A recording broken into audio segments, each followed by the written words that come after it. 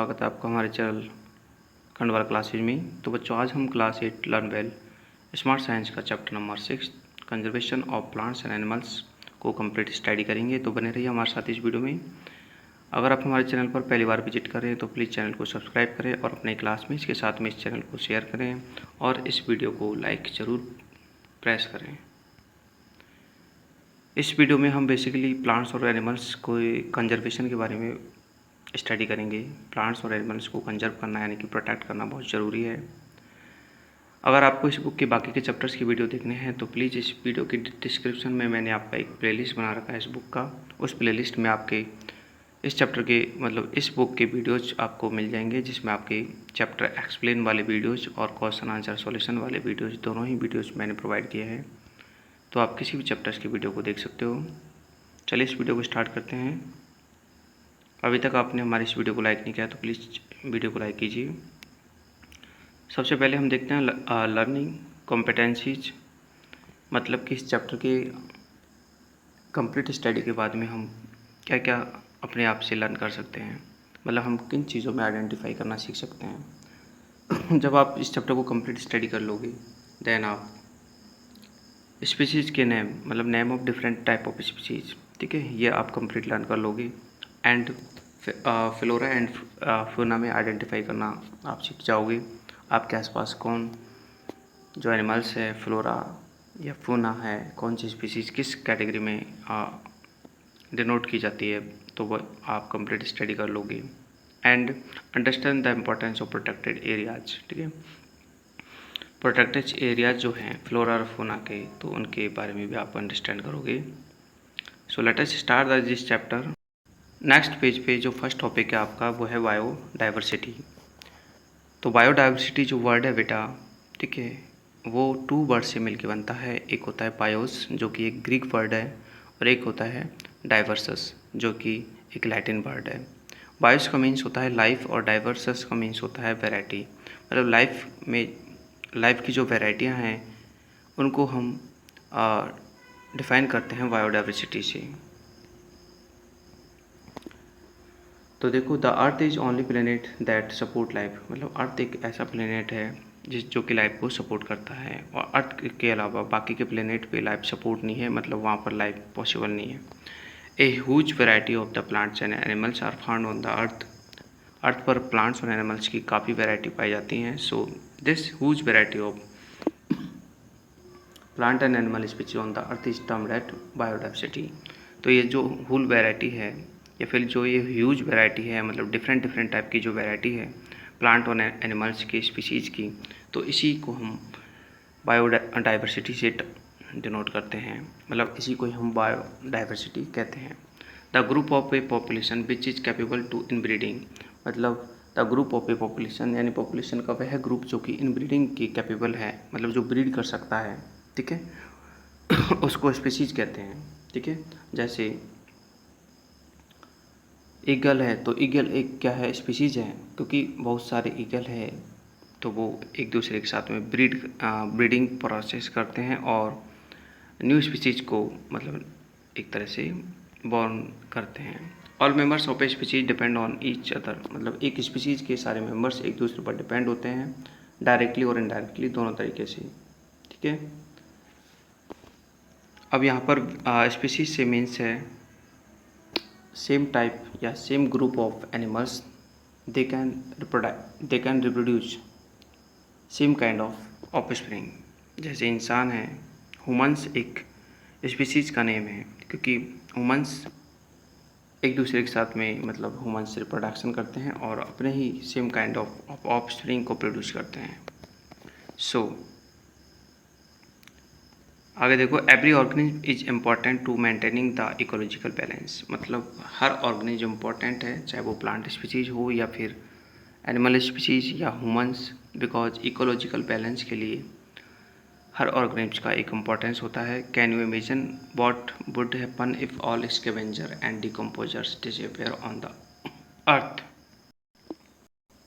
क्या हम बता सकते हैं कि भाई जो स्कैवेंजर्स और डिकम्पोजर्स अगर हमारे अर्थ से डिसअपेयर हो जाए, मतलब फिनिश हो जाए, तो क्या होगा।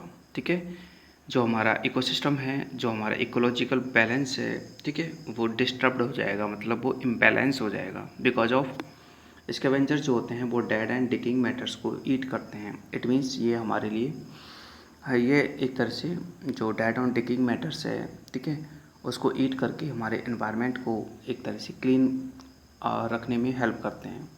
सो अगर ये फिनिश हो जाते हैं तो हमारे एनवायरनमेंट को क्लीन कैसे होगा, ठीक है। डिकम्पोजर्स भी एक तरह से काफ़ी जो थिंग्स होती है बायोडिग्रेडेबल, तो उनको डिकम्पोज करते हैं।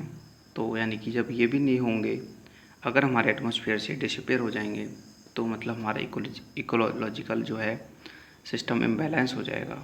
तो the earth would be full of dead bodies in few months, मतलब जो हमारी अर्थ है वो डेड बॉडीज से एक तरह से फुल हो जाएगी, बिकॉज डिकम्पोजर्स जो होते हैं वो डेड बॉडीज को एक तरह से डिकम्पोज करते हैं और सॉइल में कन्वर्ट करते हैं। तो हम समझ सकते हैं कि इन दोनों ऑर्गेनिज्म का या फिर इन दोनों स्पीसीज़ का हमारे अर्थ पे होना बिल्कुल कंपलसरी है। तो ऐसे ही सारी ऑर्गेनिज्म जो है, सारे स्पीसीज़ जो है, ठीक है, इस अर्थ के लिए ज़रूरी हैं, बिकॉज इससे हमारा इकोलॉजिकल सिस्टम बैलेंस होता है। Thus, biodiversity is important. It consists of plant growing in the particular area are termed as flora. ठीक है, जो प्लांट किंगडम है, मतलब जो प्लांट्स हैं उनको हम फ्लोरा एक तरह से टर्म से रेफ़र करते हैं, और जो एनिमल्स है उनको हम फौना टर्म से रेफ़र करते हैं। So the flora and fauna of a place together form A biodiversity of a place, मतलब ये दोनों मिलके, प्लांट्स और एनिमल्स मिलके एक बायोडाइवर्सिटी को मतलब बनाते हैं, फॉर्म करते हैं। फॉर एग्जांपल जैसे ट्रीज ऑफ गवावा है, पाइन है, ओक है एंड बैम्बू है एंड देवदार है from the flora of Himachal Pradesh, मतलब हिमाचल प्रदेश के जो फ्लोरा कैटेगरी है उसमें इस टाइप के जो ट्रीज़ हैं, गवावा, पाइन, ओक, बैम्बू, देवदार एंड टाइगर, नीलगिरी टाइगर है, नीलगाय है, चिंकारा है, ये एक तरह से फौना कैटेगरी है राजस्थान की, मतलब राजस्थान में इस टाइप के एनिमल्स पाए जाते हैं, हिमाचल में इस टाइप के जो ट्रीज़ हैं, इस टाइप के जो प्लांट्स हैं वो पाए जाते हैं। सो यानी कि फ्लोरा एंड फौना दोनों ही मिलकर बायोडाइवर्सिटीज़ को एक तरह से क्रिएट करते हैं। An ecosystem is a community of living organism. Ecosystem एक लिविंग ऑर्गेनिज्म की कम्युनिटी होती है जिसमें आपके प्लांट्स हैं, एनिमल्स हैं, ठीक है, और माइक्रोब्स, ये तीनों ही शामिल होते हैं। इन conjunction with a non living component, मतलब ये तीनों ही शामिल होते हैं और ये नॉन लिविंग कंपोनेंट के साथ में कंपोजिशन बनाते हैं, जैसे एयर, लाइक वाटर। तो यानी कि लिविंग और नॉन लिविंग, ठीक है, ये दोनों मिलके इकोसिस्टम को तैयार करते हैं, ठीक है। These component are like link together, मतलब ये कंपोनेंट एक तरह से लिंक होते हैं, और इसी टाइप से आपका जो न्यूट्रिएंट साइकिल है या एनर्जी साइकिल है, ठीक है, वो क्रिएट होता है। मान लीजिए कि एक फॉरेस्ट है, तो फॉरेस्ट अपने आप में एक इकोसिस्टम होता है, बिकॉज फॉरेस्ट में आपके लिविंग थिंग्स और नॉन लिविंग थिंग्स दोनों ही एक दूसरे से इंटरडिपेंडेंट होती है। लाइक जैसे एनिमल्स और प्लांट्स तो फॉरेस्ट में होते ही हैं, साथ ही साथ एयर भी होती है, वाटर भी होता है, ठीक है, और आपके मिनरल्स होते हैं, सॉइल होती है। तो सारे मिलके एक तरह से इकोसिस्टम को तैयार करते हैं। जैसा कि आप पिक्चर में देख रहे हो, ये एक इकोसिस्टम है, ठीक है, जहाँ पर फ्लोरा, फौना प्लस में नॉन लिविंग थिंग्स भी इंक्लूड होती है, शामिल होती है, ठीक है। एक्टिविटी 1 है list the flora and fauna of your area, ठीक है, हमारे एरिया में पाए जाने वाले जो प्लांट कैटेगरी के जो प्लांट हैं उनके नेम, और फौना मतलब एनिमल के नेम हमें यहाँ पर एक तरह से कलेक्ट करना है और उनकी पिक्चर्स को भी कलेक्ट करना है। नेक्स्ट हम देखते हैं टाइप ऑफ स्पीसीज, मतलब स्पीसीज के टाइप। तो पहला हम देख रहे हैं एंडेमिक स्पीसीज, ठीक है। तो एंडेमिक स्पीसीज, एंडेंजर्ड स्पीसीज, तो ये कैटेगरी है। तो हमें ये समझना है कि एंडेमिक स्पीसीज क्या होती है। Some species of plants and animals are found exclusively in a particular geography area, मतलब ऐसी कुछ स्पीसीज जो कि किसी स्पेशल या फिर पर्टिकुलर जियोग्राफिक एरिया में ही पाई जाती हैं, मतलब वो अदर नहीं पाई जाती हैं। तो ऐसी स्पीसीज़ को हम कहते हैं एंडेमिक स्पीसीज़, ठीक है। जैसे कि कोई स्पीशीज़ है, चाहे वो प्लांट्स की हो या फिर एनिमल्स की हो, राजस्थान में पाई जाती हैं, बट वो और एरिया में नहीं पाई जाती हैं, तो उस स्पीशीज़ को हम एंडेमिक स्पीशीज़ कह सकते हैं। ठीक है, जैसे जायंट पांडा है, ठीक है, ये एंडेमिक स्पीशीज़ है, ठीक है ना, क्योंकि ये जायंट पांडा चाइना में पाया जाता है, और इंडिया में जो है एशियाटिक लॉयन इंडिया में पाया जाता है, मतलब एशियाटिक लॉयन जो कि हमारे गिर में पाया जाता है। गिर जो फॉरेस्ट है गुजरात में, उसमें पाया जाता है एशियाटिक लॉयन। और एशियाटिक लॉयन जो होता है इंडिया के अलावा मान लीजिए कहीं नहीं पाया जाता, तो इट मीन्स एशियाटिक जो लॉयन है वो एंडेमिक स्पीशीज़ है। जॉइंट पांडा ये भी एंडेमिक स्पीशीज़ है, क्योंकि चाइना में ही पाया जाता है। और एक होता है स्नो लियोपार्ड, ठीक है, स्नो लियोपार्ड जो कि हिमालयन रेंज में पाया जाता है। सो ये भी एक तरह से एंडेमिक स्पीशीज़ है, मतलब ऐसी स्पीशीज़ चाहे वो प्लांट की हो चाहे एनिमल की हो, जो किसी पर्टिकुलर एरिया में ही पाई जाती है, ठीक है, अदर एरिया में नहीं पाई जाती, तो वो आपके एंडेमिक स्पीशीज़ होती है। आगे देख रहे हैं द साल एंड वाइल्ड मैंगो, ठीक है, साल ट्री होता है एक, और एक होता है वाइल्ड मैंगो। तो ये कुछ एग्जाम्पल है एंडेमिक फ्लोरा के। अभी हमने पीछे देखे थे एंडेमिक फ्यूना के एग्जाम्पल, बट कुछ प्लांट्स होते हैं जो किसी पर्टिकुलर एरिया में ही पाए जाते हैं, ठीक है। तो वाइल्ड मैंगो और साल्ट ट्री जो होता है वो पंचमढ़ी बायोस्फीयर जो रिजर्व है, ठीक है, ये तो उसमें ही पाए जाते हैं। सो ये एंडेमिक स्पीशीज़ है। ये देखो लॉइन है, ठीक है, जो कि गिर फॉरेस्ट है गुजरात में, ठीक है, तो वो उसमें पाए जाते हैं एशियाटिक लॉइन, बाकी के कहीं और जगह नहीं पाए जाते। So they are endemic species of lion. Next है the destruction of habitat and introduction of the new species may affect the natural habitat of endemic species. मतलब ये जो एंडेमिक स्पीशीज होती है, ठीक है, वो उनका डिस्ट्रक्शन, मतलब अगर उनका हैबिटेट डिस्ट्रक्शन हो जाता है, ठीक है, इट में रिजल्ट इन एक्सटिनेशन। तो ये एक्सटिनेशन मतलब ये जो स्पीसीज है वो एक्सटिंक्ट हो जाती है, मतलब ये ख़त्म हो जाती है। जैसे डोडो एक फ्लाइटेड बर्ड था, ठीक है, डोडो। तो एक्सटिंक्ट जो स्पीसीज हैं उनमें एग्जांपल है डोडो। डोडो एक फ्लाइटेड बर्ड था जो कि पहले पाया जाता था, बट कुछ नेचुरल डिजास्टर के कारण आज ये बिल्कुल फिनिश हो चुका है।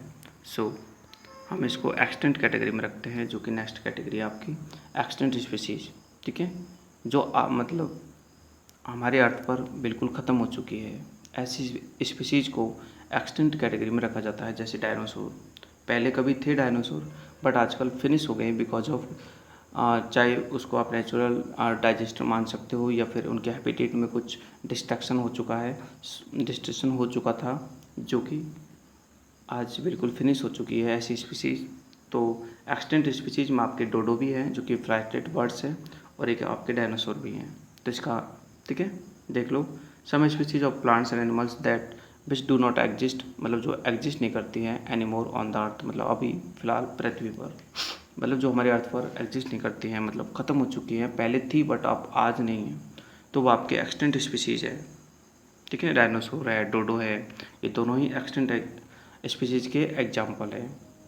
और एक देखो नीलगिरी हॉली है, क्राइपेंसी है, ठीक है, ये कुछ प्लांट्स के नेम है, नीलगिरी हॉली और क्राइपेंसी। तो ये जो प्लांट्स है ये भी एक्सटेंट प्लांट्स है, मतलब ये भी ख़त्म हो चुके हैं, ठीक है, मतलब फिनिश हो चुके हैं हमारे अर्थ से, जो कि एग्जिस्ट नहीं करते हैं। सो आपको ये एग्जाम्पल बिल्कुल ध्यान रखने हैं। आपसे पूछ लेगा name the two extinct species of animals, तो आपको डायनासोर और डोडो बर्ड्स लिखना है, या name the two extinct species of plants, then आपको नीलगिरी हॉली एंड क्राइपेंसी ये दोनों राइट करना है।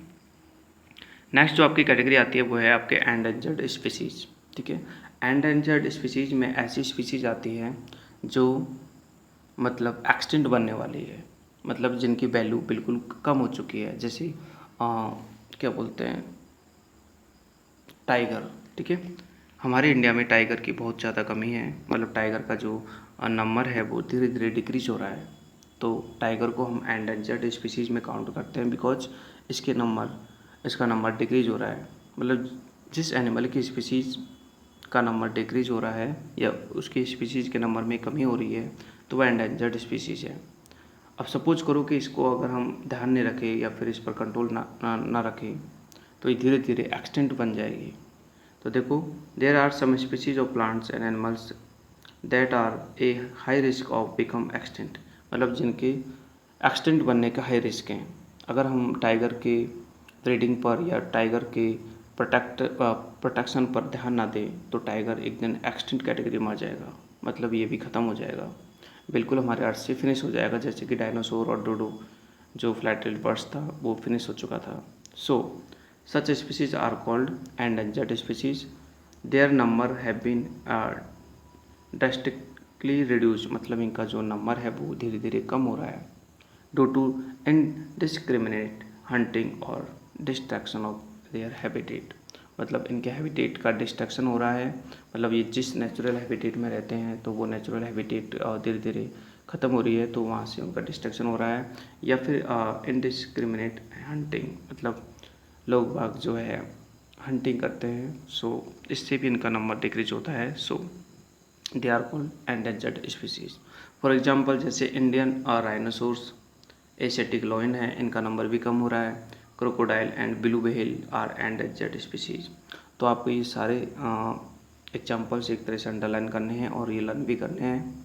आपको क्वेश्चन पूछा जा सकता है पीछे कि name the 2 endangered species of animals, then आपको बताना है क्रोकोडाइल है, एशियाटिक लॉयन है, ठीक है, टाइगर्स है, राइनोस है या फिर ब्लू व्हेल्स है।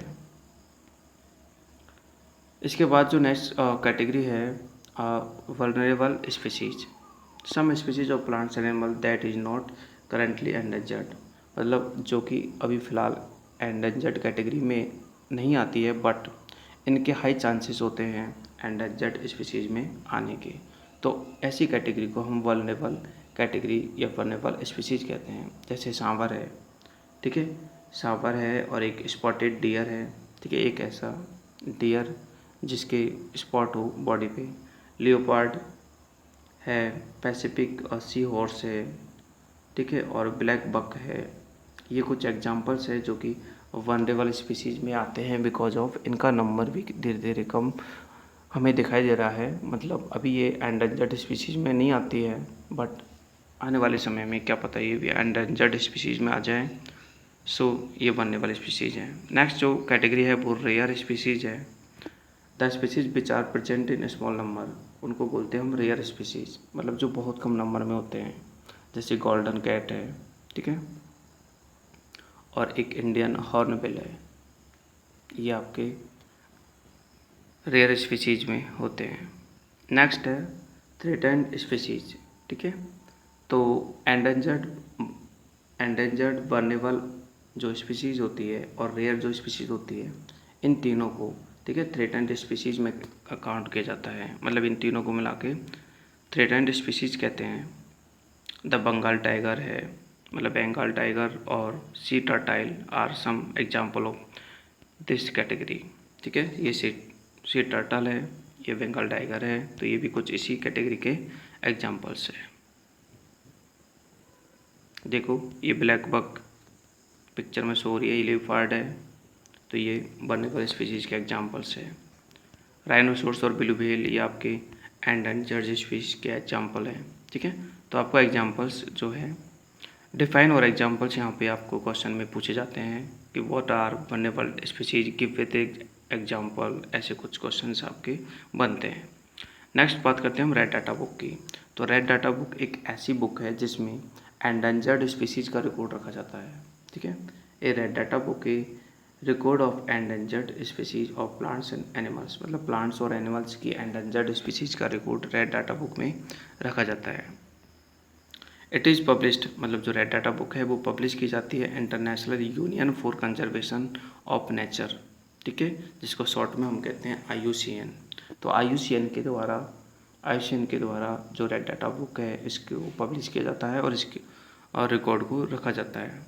सबसे पहले जो रेड डाटा बुक है, ठीक है, एनिमल्स के लिए, तो वो कंपाइल्ड की गई थी 1991 में। नेक्स्ट पेज देखते देखो, IUCN reevaluate the category of each species every 5 years. मतलब जो IUCN है ना, International Union of Conservation of Nature, तो ये हर 5 ईयर में एक तरह से रीएवैल्यूएट करता है।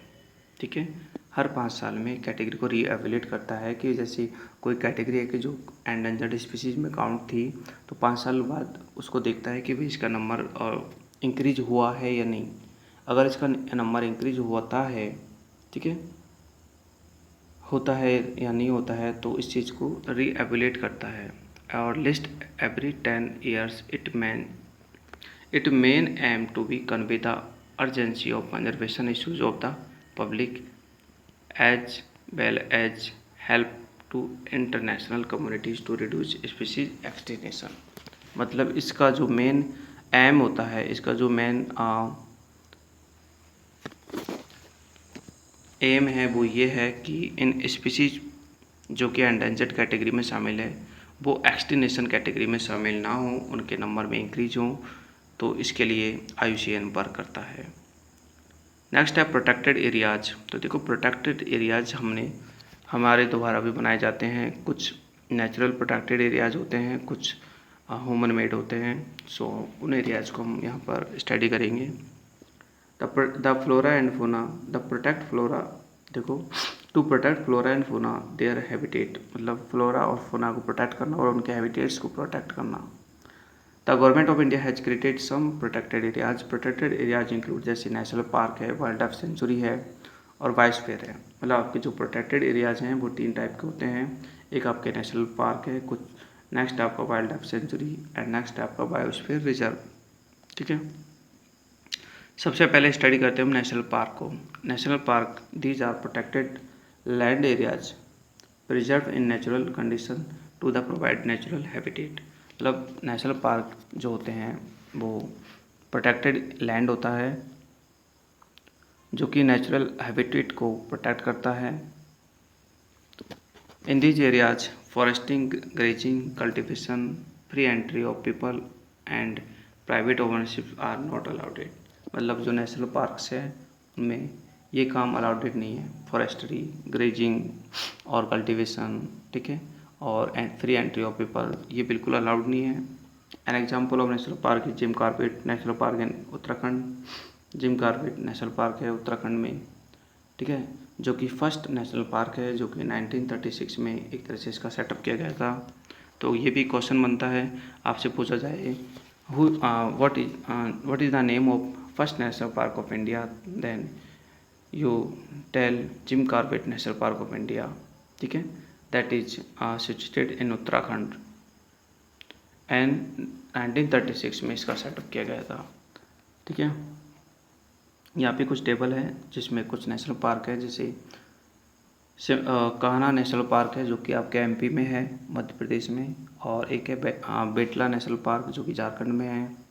ठीक है, और टडोबा नेशनल पार्क जो महाराष्ट्र में है, सिम्पलीफल नेशनल पार्क जो कि उड़ीसा में है। ठीक है, काफ़ी नेशनल पार्क हैं। अभी हम देखते हैं कुछ नेक्स्ट कैटेगरी जो कि प्रोटेक्टेड एरियाज की है, वो है wildlife sanctuary. It is an area where only animals are protected from any disturbance. ठीक है, नेशनल पार्क में फ्लोरा एंड फौना दोनों को प्रोटेक्ट किया जाता था, बट वाइल्ड लाइफ सेंचुरी में सिर्फ एनिमल्स को प्रोटेक्ट किया जाता है from any disturbance to them and their habitat. मतलब उनके हैबिटेट में कोई डिस्टर्बेंस ना हो। इन सच एरियाज, ऐसे जो एरियाज हैं उनमें कैप्चरिंग, किलिंग ऑफ एनिमल्स, ठीक है, बिल्कुल प्रोहिबिटेड होती है। मतलब बिल्कुल मना होती है गवर्नमेंट के द्वारा। ना तो हम एनिमल्स को किल कर सकते हैं, ना कैप्चर कर सकते हैं, ना, ठीक है, वाइल्ड लाइफ सेंचुरी में।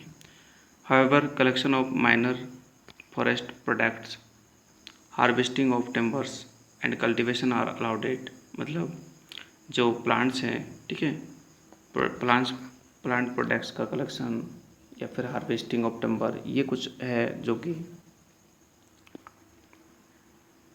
अलाउडेड होता है, but as far does not interfere with the life of wild animals.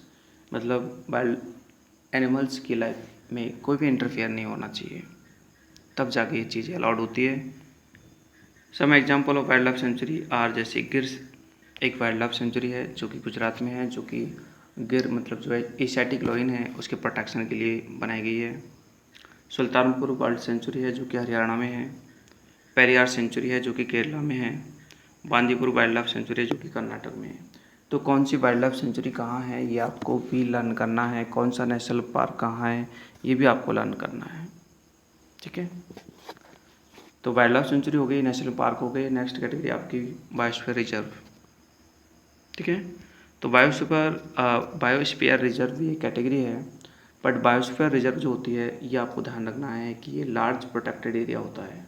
ठीक है, ये छोटा मोटा एरिया नहीं होता है, ये लार्ज प्रोटेक्टेड एरिया होता है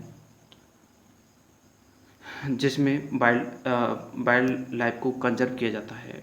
अब वाइल्ड लाइफ में दोनों ही शामिल होते हैं, प्लांट और एनिमल दोनों को ही कंजर्व किया जाता है। और ट्रेडिशनल लाइफ ऑफ ट्राइबल्स, इसमें ट्राइबल्स भी शामिल होते हैं। ठीक है, मतलब जो ट्राइबल्स होते हैं, आदिवासी जो लोग होते हैं, तो वो भी बायोस्फीयर रिजर्व के अंदर ही शामिल होते हैं। तो उनको भी एक तरह से उनके ट्रेडिशनल लाइफ को भी एक तरह से प्रोटेक्ट किया जाता है। तो बायोस्फीयर रिजर्व काफ़ी लार्ज एरिया होता है, जैसे काफ़ी किलोमीटर में होता है ये। ठीक है, 30 किलोमीटर, 50 किलोमीटर, 60 किलोमीटर के एरिया में होता है। फैक्ट फाइल में देखते हैं, द नीलगिरी बायोस्फीयर रिजर्व जो था वो एक पहला बायोस्फीयर रिजर्व था जो कि इंडिया में बनाया गया था। तो ये भी एक क्वेश्चन बनता है यहाँ से, तो ये भी आपको ध्यान रखना है। First national park Jim Corbett national park था, और फर्स्ट बायोस्फीयर रिजर्व था आपका नीलगिरी बायोस्फीयर रिजर्व।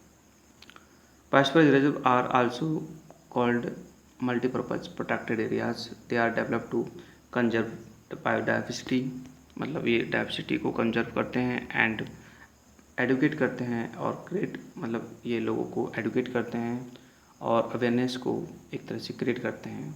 ठीक है, eco friendly some example of biosphere reserve in India as follows. ठीक है, बायोस्फीयर रिजर्व के एग्जाम्पल तो ये ही है, नीलगिरी है, सुंदरबन है।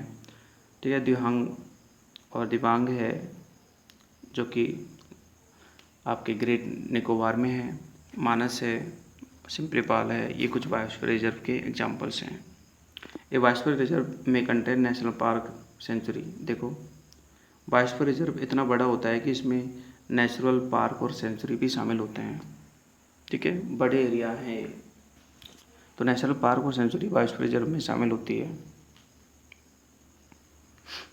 फॉर एग्जांपल जैसे पंचमढ़ी बायोस्फीयर रिजर्व, ठीक है, उसके अंदर सतपुड़ा नेशनल पार्क शामिल है और पंचमढ़ी वाइल्ड लाइफ सेंचुरी शामिल है।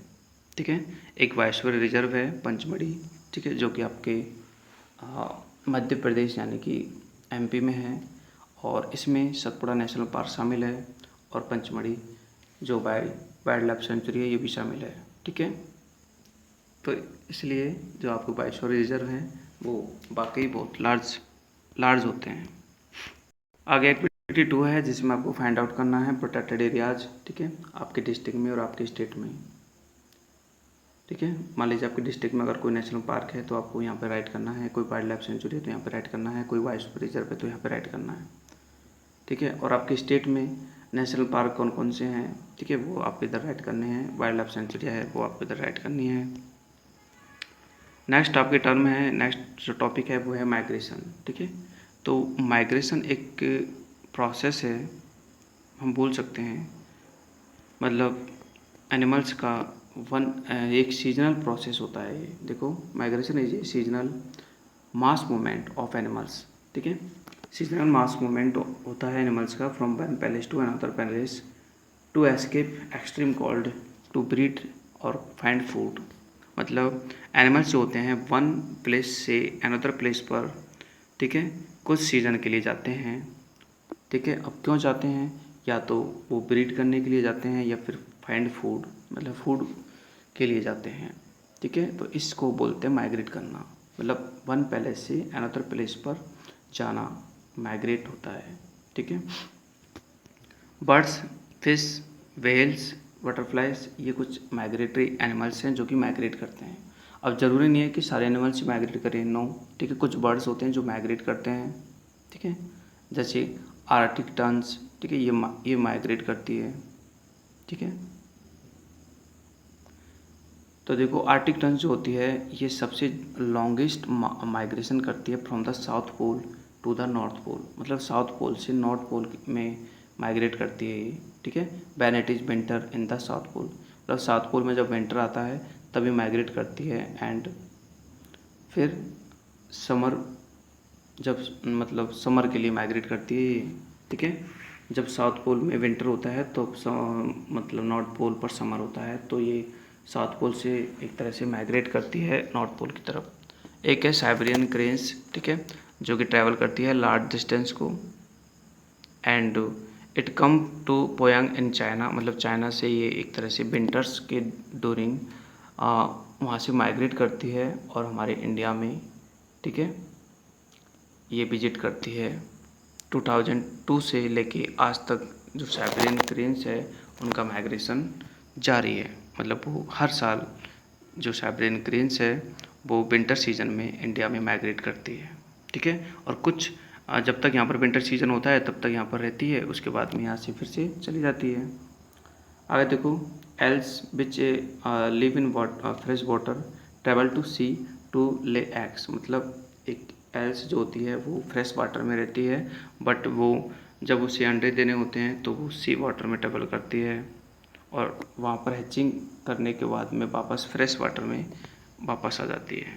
तो ये कुछ बर्ड्स हैं, कुछ एनिमल्स हैं जो कि माइग्रेट करते हैं, ठीक है, और या फिर ब्रीडिंग के लिए करते हैं। आपसे पूछ ले माइग्रेट क्यों करते हैं, पर्पज़ क्या है, तो ब्रीडिंग है या फिर फाइंड फूड, मतलब फूड को फाइंड करने के लिए।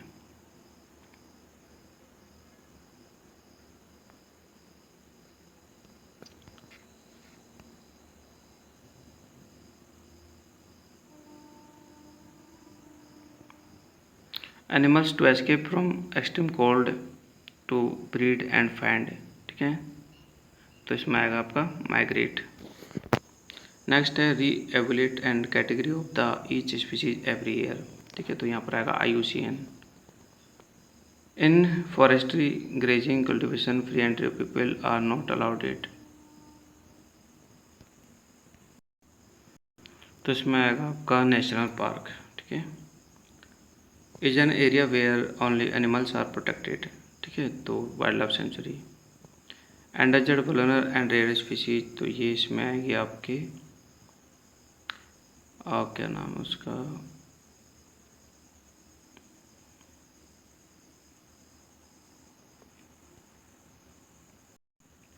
थ्रेटेंड स्पीशीज, ठीक है, थ्रेटेंड स्पीशीज आएगा इसमें। आगे देखते हैं हम डिफोरेस्टेशंस। डिफोरेस्टेशंस मीन्स होता है cutting down of trees in the on the large scale, मतलब ज़्यादा स्केल में पेड़ों को काटना। तो देखो, the cutting down of forest and using the land for other purpose is called deforestations, ठीक है, पेड़ों को काटना और उस लैंड को किसी अदर पर्पज के लिए यूज करना, ये प्रोसेस जो होती है वो डिफोरेस्टेशन होती है। और deforestation has adverse impact on the environment, मतलब डिफोरेस्टेशन के का हमारे इन्वायरमेंट पर एक तरह से इम्पैक्ट होता है। क्या क्या इम्पैक्ट होता है, तो वो देखो, फर्स्ट है आपका अफेक्ट बैलेंस इन नेचर, मतलब नेचर में जो बैलेंस है वो अफेक्ट होता है। Forest serve as home of variety of animals that depend on each other, मतलब फॉरेस्ट में काफ़ी एनिमल्स और प्लांट्स की वैरायटी होती है जो कि एक दूसरे पर डिपेंड होते हैं। डिस्ट्रक्शन ऑफ फॉरेस्ट, अगर हम फॉरेस्ट का डिस्ट्रक्शन करते हैं तो ये जो वैरायटी है, ठीक है, ये एक दूसरे पर जो डिपेंड होती है ये अफेक्ट हो गई, ठीक है, और मतलब डिस्टर्ब हो गई, इनका फूड चेन है वो भी डिस्टर्ब होगा। So we can see that nature also be disturbed. Second जो डिस्ट्रक्शन कॉज है वो है ग्लोबल वार्मिंग। देखो, as we have already learn, trees use CO2 to prepare food, जैसे कि हम पढ़ चुके हैं कि कार्बन डाइऑक्साइड का यूज करते हैं प्लांट्स और एनिमल्स फोटोसिंथेसिस प्रोसेस में।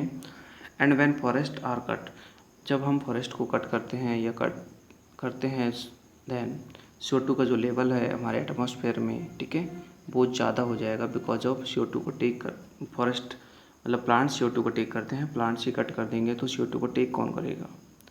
तो इस कंडीशन में क्या होगा, हमारे एटमॉस्फेयर का टेम्परेचर इंक्रीज होगा, ठीक है, और जो कि कंट्रीब्यूट करेगा ग्लोबल वार्मिंग में। तो इसलिए फॉरेस्ट इम्पोर्टेंट है। नेक्स्ट है डिस्टर्ब ऑफ वाटर साइकिल। अगर फॉरेस्ट का हम डिफोरेस्टेशन करते हैं तो हमारा वाटर साइकिल डिस्टर्ब होगा, बिकॉज ऑफ ट्रीज जो होते हैं वो रेन को ब्रिंग करते हैं, मतलब रेन को लेके आते हैं। The decrease in number of trees and forest result in descending rainfall. मतलब अगर फॉरेस्ट और ट्रीज का नंबर डिक्रीज होगा तो रेनफॉल भी डिक्रीज होगा, ठीक है। और इससे वाटर साइकिल भी एक तरह से डिस्टर्ब होगी, और इसका मीन्स है लीड टू ड्रॉट, मतलब सूखा होना, ठीक है। ड्रॉट की कंडीशंस भी एक तरह से बन जाएगी। नेक्स्ट कॉज है इसका डेजर्टिफिकेशन, ठीक है। Cutting of trees is also responsible for the change in physical properties like nutrient content and texture of soil. मतलब अगर हम डिफोरेस्टेशन करते हैं तो, ठीक है, सॉइल का टेक्सचर भी चेंज होगा। And deforestation expose the top soil of agent like wind and water that are responsible for the soil erosion. भाई प्लांट्स जो होते हैं या फिर ट्रीज जो होते हैं वो सॉइल को बाइंड करके रखते हैं। अब सोचो कि किसी एरिया में प्लांट्स और ट्रीज ये है ही नहीं है, तो फिर वहाँ के सॉइल को कौन बाइंड करके रखेगा, कौन बिंड करके रखेगा, ठीक है। सो वहाँ पर सॉइल एरोजन होगा। And the region of soil, top soil, मतलब जो टॉप सॉइल का रीजन होगा उससे हार्ड एंड रॉकी जो लेयर्स है वो एक्सपोज होंगी, ठीक है। हम कह सकते हैं कि टॉप सॉइल जो होती है उसमें ह्यूमस की क्वांटिटी ज़्यादा होती है, तो वो एक तरह से हट जाएगी top soil because of wind, मतलब हवा से उड़ के चली जाएगी, सो वो लेस फर्टाइल हो जाएगी। In this way fertile and let's land gets converted into desert. मतलब जो वो जगह है, वो प्लेस है, वो धीरे धीरे डेजर्ट में कन्वर्ट हो जाएगा। तो डेजर्ट में कन्वर्ट होने की इस प्रोसेस को डेजर्टिफिकेशन कहते हैं। नेक्स्ट है रिड्यूस वाटर टेबल। मतलब वाटर टेबल रिड्यूस होगा बिकॉज जो deforestation also affect the water holding capacity of the soil. मतलब अगर हम डिफोरेस्टेशन को इंक्रीज करते हैं तो वाटर होल्डिंग कैपेसिटी सॉइल की कम होती है, डिक्रीज होती है, which ultimately reduce the infiltration of the water in the ground. मतलब इनफिल्ट्रेशन का मतलब है वाटर एब्जॉर्ब कैपेसिटी जो होती है ग्राउंड की वो रिड्यूस होती है, ठीक है। और अगर पानी एब्जॉर्ब नहीं होगा ग्राउंड में तो सिंपल सी बात है कि फ्लड की कंडीशंस बन जाती है। नेक्स्ट है हैबिटेट लॉस। तो हैबिटेट लॉस तो होगा ही कि loss of precious wild life is major effect of deforestation. मतलब जो वाइल्ड लाइफ एनिमल्स हैं उनका एक तरह से लॉस होगा बिकॉज डिफोरेस्टेशन से उनका नेचुरल हैबिटेट है, ठीक है, वो एक तरह से डिस्टॉर्ट हो जाएगा। एंड रिजल्ट उसका क्या होगा, सम एनिमल्स डाई, कुछ तो मर जाएंगे और कुछ जो है one place to another place migrate कर जाएंगे।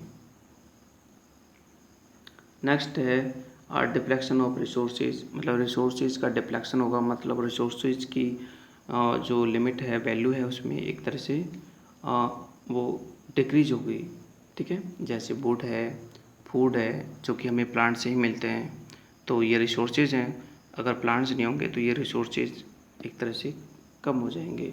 फॉडर है, मेडिसिन है, ठीक है, ये सारी प्लांट रिसोर्सेज हैं।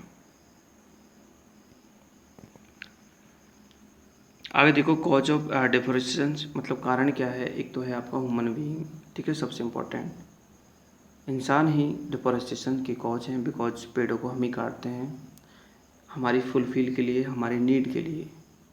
But forest are clear to use a land of the cultivation of crops. या फिर हम फॉरेस्ट को क्लियर करते हैं कल्टिवेशन के लिए, मतलब क्रॉप्स कल्टिवेशन के लिए, या फिर कंस्ट्रक्शन ऑफ हाउस, घर बनाने के लिए, या फिर रोड बनाने के लिए, या फिर फैक्ट्री बनाने के लिए। तो कहने का मतलब humans are also main cause of deforestation, क्योंकि नीड हमारी होती है। एनिमल्स की तो नीड होती नहीं है कि वे एनिमल्स अपनी नीड के लिए फॉरेस्ट का डिफोरेस्टेशन करेंगे। नो, डिफोरेस्टेशन को हम ही करते हैं अपनी नीड के लिए। सेकंड है ओवरग्रेजिंग बाय कैटल्स। अगर कैटल्स के द्वारा ओवरग्रेज होता है कोई पर्टिकुलर लैंड कैटल्स के द्वारा, तो इससे भी मतलब ये भी एक रीज़न हो सकता है। नेक्स्ट है क्योंकि ओवरग्रेजिंग से जो यंग ट्रीज़ हैं, ठीक है, वो भी ख़त्म हो जाते हैं। नेक्स्ट है फॉरेस्ट फायर, जो कि एक नेचुरल डिफरेस्टेशन का कॉज है। मान लीजिए जंगल में आग लग गई तो फिर तो डिफरेस्टेशन ये हो गया। तो नेचुरल डाइजेस्टर लाइक फ्लड है, अर्थक्वेक है, ये भी एक तरह से हो सकते हैं।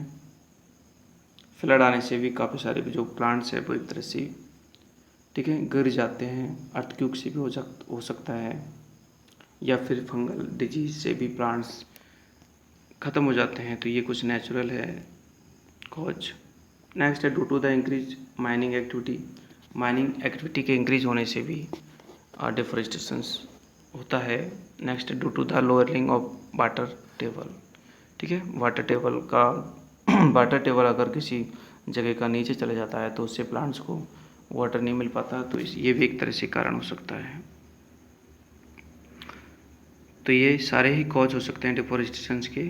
आगे हम देख रहे हैं कंजर्वेशन ऑफ फॉरेस्ट, कि हम फॉरेस्ट को कैसे कंजर्व कर सकते हैं।